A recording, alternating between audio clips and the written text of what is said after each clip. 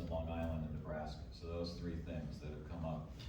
In terms of, let's talk about the operating board and Long Island experience and costs. And Jim, you mentioned Long Island. The main affordable energy website, and I think I heard you say at the chamber event too, is that the costs have gone up in Long Island, and the $83 million or so for the private operator that Tina, you mentioned in your op-ed was for PSEG. There's a New York State legislature tasked a commission with coming up with a report, which they issued this spring, which recommended doing away with the private operator and making it a fully publicly owned and operated utility to save those costs. And they also had done a national study that's saying they didn't find a correlation between elected versus appointed boards in terms of the politicization, if I get that word right, that has been brought up as well because some of the board will be elected. And then also on Long Island, you mentioned costs going up. And I've talked to people on Long Island, isn't it fair to say that a lot of what happened was that when the public utility came in, they had to pay for the cost of closure of the Shore Nuclear Power Plant, which was a one-time large charge that we not have here in Maine. So let's start with the Long Island experience and sort of what's the basis of the allegations that Maine would be sort of similar to that. I think the first thing is none of us know for sure how Pine Tree Power is going to work out. So we could look at examples like Long Island or Puerto Rico as examples, but there's no assurance that those examples play out exactly the same way in Maine. What we do know about Long Island is that there were a range of unique local issues, some of which involve closing a nuclear power plant. Now, that nuclear power plant could have been closed whether it was a for-profit utility or a not-for-profit utility, but it was closed. That was part of the deal, and yes, it was paid for. It would have had to be paid for if it closed under any other ownership model. In 2013, after Superstorm Sandy, there was a commission called the Moreland Commission because the response to that storm was so poor. And what that commission found, that was governed by the state of New York, was that there was a revolving door of lawyers and lobbyists going between the private sector and the government agency, that there was a disregard for consumers, and they got rid of their original grid operator, which was National Grid. They replaced that grid operator with PSEG of New Jersey. They continue to have problems, and yes, they are looking at trying to change that grid operator. They've also had a very difficult time finding any other grid operator, and as a result, there may not be another grid operator. They are talking about possibly getting rid of this model altogether. This is the model that Pine Tree Power is based on, this Long Island model. They're also talking about potentially reprivatizing it again, which has happened with other utilities, the few examples where they have proceeded to the finish line. So Long Island is a complicated story. They have high rates. Their rates did go down by 20% initially, but that was a deal so that it looked good. But their overall debt has gone up since then because they weren't paying it down over the 20-something years that has gone on. Complicated model, and not really the kind of model that we want to base it on, but it's one of only two examples that Pine Tree Power is based on. Sure, briefly. Thank you. I just want to clarify a little bit too about the disparity in the estimates of the cost of that contractor. When LEI pegged that at $82+ million a year, they did that by comparing with other third-party operations, like we've talked about it at Long Island and also one in the UK, and other asset under management arrangements. And they did note that it may be very hard to find somebody who's willing to take on a job that's going to require this kind of a commitment financially. It's going to be big. When Dr. Silkman did his reanalysis of that, he set his $15 million a year figure by looking at CMP's costs back before they were sold to Energy East in the early 2000s. He accounted for changes in how they operate over time and for the synergies that were lost or gained, and then arrived at a figure and scaled up to include Versant's 2 service territories and pegged it at $15 million. I don't have a lot of faith that we're going to find somebody who's going to do this at a far below market rate, which is what that would be.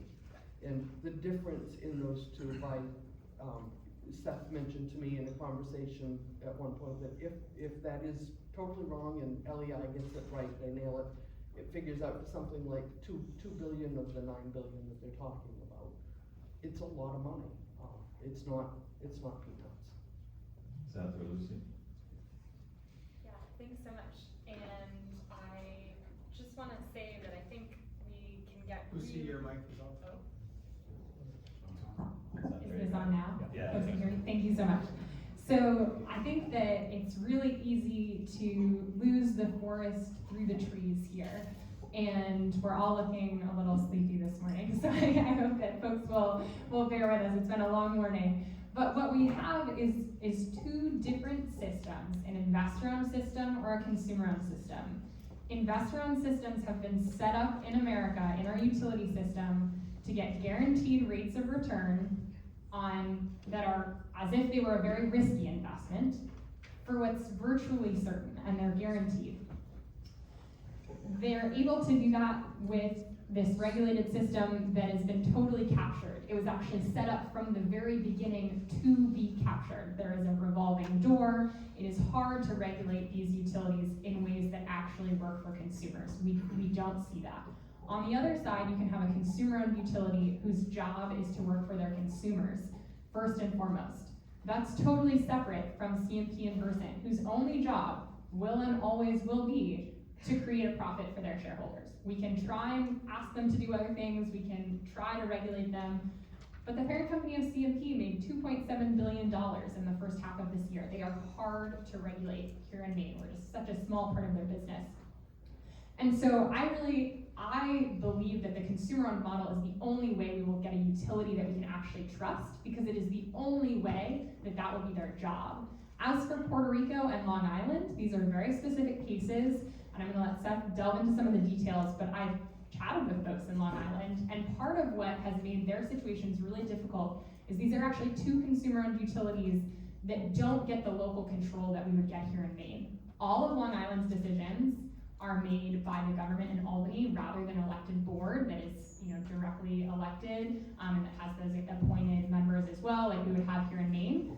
And then Puerto Rico has a situation where Puerto Rico is in charge of very little of their own government and has many constraints placed on them by the government of the United States. And so they aren't able to access those benefits of having the local control that we would have with Pine Tree Power, that puts power in the hands of consumers and that makes sure decisions are being made for consumers rather than shareholders. Thank you, Lucy. And such a great point. If we just keep our eyes on the forest and not just the trees, we will make better decisions. But since we're talking about one particular tree, Maine is not Long Island, first of all, and fortunately we don't have to pay more than twice the cost of the grid for a nuclear power plant that never worked in the first place. That is just one of the many boondoggles that the investor-owned utility has gotten us into in the U.S. There are others. There's Plant Vogtle right now going on in the southern U.S. We've seen, actual cases of bribery of public officials, a House Speaker in Ohio, a House Speaker in Illinois. If we want to really get into the details of specific problems in other states, PG&E, going bankrupt twice, killing 85 people. The recent investor-owned utility in Hawaii, perhaps being responsible for the fires there. We can do that. We can cherry pick, right? We can get into specifics. But let's remember the big picture. Year to year, EIA data, that's Energy Information Administration, federal government, shows that the utilities that are publicly owned, such as the Pine Tree Power will be, are between 13 and 6% more affordable. Now, we've been talking all morning about how much savings we're going to see. Will we see the savings, more savings or less from the private sector operator? Will we see more savings or less from transmission? Will we be forced to share our savings with other New England states or not? But guess what? We're seeing savings. And if we want electricity to be cheaper so that we can actually decarbonize and switch to electric vehicles and heat pumps and everybody can get there, not just some, then that matters, right? And the other thing that matters is reliability. Long Island did have some issues with Superstorm Sandy.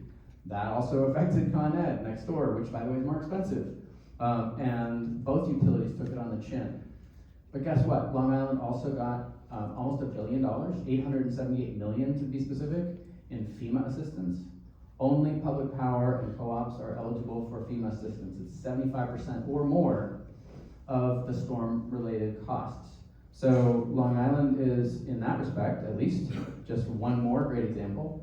The storm that we saw just recently here in Maine, Federal Disaster Assistance, Eastern Maine Electric, which is cheaper than CMP and Versant and serves a much more rural territory, will see, if they apply for it, 75% assistance from FEMA. So Long Island should be a reminder of that, certainly. It should be a reminder that maybe we shouldn't believe the investor-owned utilities when they have an overbuilt, unsafe nuclear power plant. And just one other correction on Long Island, it took 4 years. When they started studying the actual takeover of the grid, that took 4 years, not 12. The first 8 were for the figuring out what to do with the absolute boondoggle that was the Shoreham plant. But again, Maine's not Long Island, thank goodness. Okay, so we've got a bunch of questions